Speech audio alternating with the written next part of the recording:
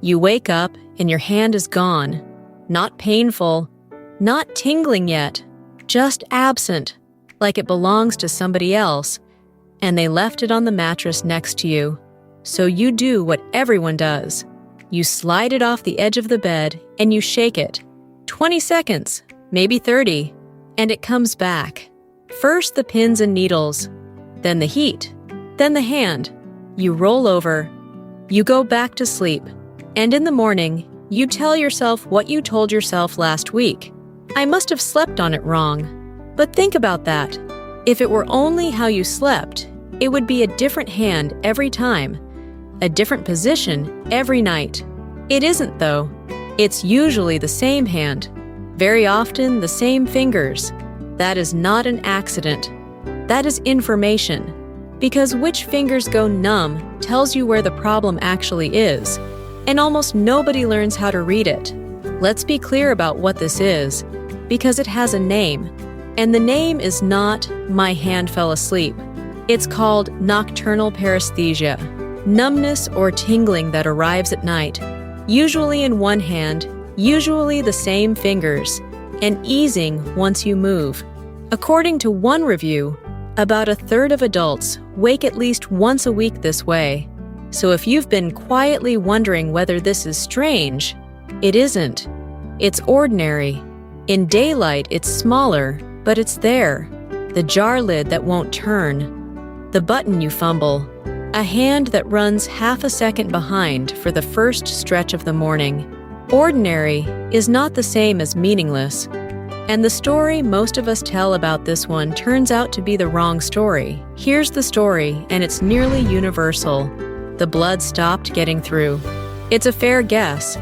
The hand feels dead, you shake it, blood rushes back, it wakes up. Except that isn't what happened. When a limb goes numb, the main event is a nerve being squeezed, not a vessel. A nerve is a cable. Press it against bone long enough, and the signals from the touch sensors in your skin get scrambled, or blocked completely. That's the numbness. The pins and needles afterward are those signals coming back online all at once. A real circulation problem looks different. Color changes, a hand that stays cold, pain when you walk. Then there's the keyboard. Repetitive work matters less here than people assume. Body weight and blood sugar turn out to be far larger factors, and they have nothing to do with typing. And there's the one nobody says out loud. This is just how it is now. Except that among untreated mild cases, roughly a third improve on their own within a year. So if it isn't the blood, what exactly is being squeezed? Your hand is served by 3 main nerves. 2 of them pass through a narrow place on the way down, and that is where this happens. Start at the wrist. There's a tunnel there, a small arch of bone with a tough band stretched across it like a lid. Through it run 9 tendons and 1 nerve, the median nerve. It's crowded in there on a good day. Now bend the wrist. When it's folded forward or cocked back, the pressure inside that tunnel rises to 8 or 10 times its resting level. 8 to 10 times. And here's the part that matters. Awake, you would never hold that position. Asleep, you can hold it for an hour without moving once. That's the first one, and the most common. You've heard its name, carpal tunnel syndrome. The second is higher up, at the elbow. The ulnar nerve, the one you feel when you catch your funny bone, runs through a groove just under the skin, directly over bone. Bend your elbow, and that nerve has to stretch around the bony ridge. Hold the stretch long enough, and you irritate it, and reduce its blood supply. And what do most of us do with our arms at night? We fold them, hand under the pillow, elbow bent to almost nothing for hours. The third thing isn't a cause by itself. It's the reason the first 2 show up at night in particular. All day, gravity pulls fluid down into your legs. The moment you lie flat, that barrier disappears, and the fluid redistributes upward, toward your chest and your arms. Circulation also slows in sleep, and the pumping of movement that drains those tissues all day stops. I want to be honest about this one. The fluid shift is well documented. Whether it directly raises pressure inside your wrist has not been cleanly measured in people. It's a reasonable explanation, not a proven one. 2 narrow places and 1 night. Which brings us to the useful part, because you can tell these apart. Not perfectly, but well enough. And you don't need a machine. You need to notice which fingers. The nerve at your wrist serves your thumb, your index finger, your middle finger, and the thumb side of your ring finger. Your little finger is not on the list. The nerve at your elbow serves the other side. Your little finger and the little finger side of your ring finger. So the ring finger is the divider. Numbness on the thumb side points down, to the wrist. Numbness on the pinky side points up, to the elbow. And if it's confined to neither, if it runs the whole length of your arm and changes when you turn your head, that points somewhere else entirely, the nerve root in your neck. That's the cleanest test of all. A wrist doesn't care what your neck is doing. So picture last night. You fell asleep on your side. The top arm curled in, hand tucked under the pillow, wrist folded, elbow bent tight. And you held that shape for 2 hours because you were asleep and nobody was there to tell you to stop. Somewhere in the second hour, the fingers on the thumb side stopped reporting in. You surfaced without knowing why. You hung the arm off the bed, shook it, and it sorted itself out in half a minute. That's the entire event. Nothing dramatic happened. A cable got pinched, and then it didn't. And by morning, the only trace left is a jar lid that takes 2 tries. Now, the useful question isn't what happened. It's whether tonight has to go the same way. Because a good deal of this comes down to the shape your arm holds while you're asleep. Start with the fingers, because that decides everything else. For the next few nights, when you wake, don't just shake it out. Look, which fingers? Thumb side or little finger side? Write it down. 3 or 4 nights is enough to see a pattern. And that pattern is worth more to a doctor than anything else you could bring them. If it's the thumb side, the wrist, then the best supported option is a splint that holds the wrist straight while you sleep.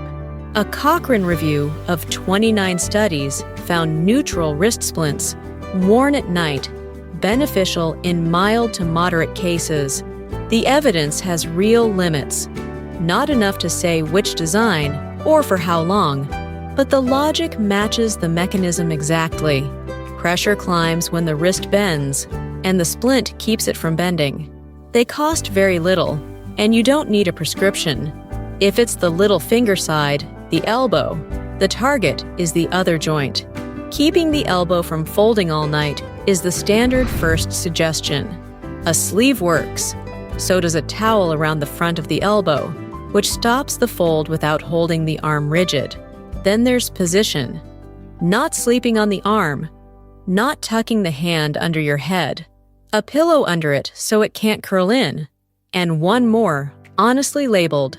Breaking up long stretches of sitting means less fluid pools in your legs, so less of it travels upward at night. The mechanism is real. Its effect on hand symptoms has never been tested. I mention it because it costs nothing, not because it's proven. Vitamin B6 is the one you'll find everywhere. It has been recommended for this for decades. A systematic review covering 33 randomized trials concluded there is moderate evidence that B6 is ineffective here. And there's a detail worth knowing. When researchers measured, none of the patients they tested were deficient in B6 to begin with. That may be the entire explanation. You can't top up a tank that's already full. Nerve gliding exercises, the stretches you'll see demonstrated, sit somewhere softer. Reviews find more than half the studies are low quality. The current read is that they may help alongside standard care, not instead of it. Do the stretches and skip the splint, and you've traded the stronger option for the weaker one. Most of what we've covered is a nerve being leaned on and then let go. Some of it isn't, and those signs are worth saying plainly. If the numbness stops going away, if shaking doesn't clear it, if it's there in daylight too, that's a different situation, and it should be looked at. If the muscle at the base of your thumb looks flatter than the one on your other hand, that's a sign of long-standing compression, and it's the one that's time-sensitive. If you're dropping things or your grip has weakened, don't sit on it. If both hands and both feet are involved together, that's a blood test conversation. Thyroid, blood sugar, B12, not a wrist conversation.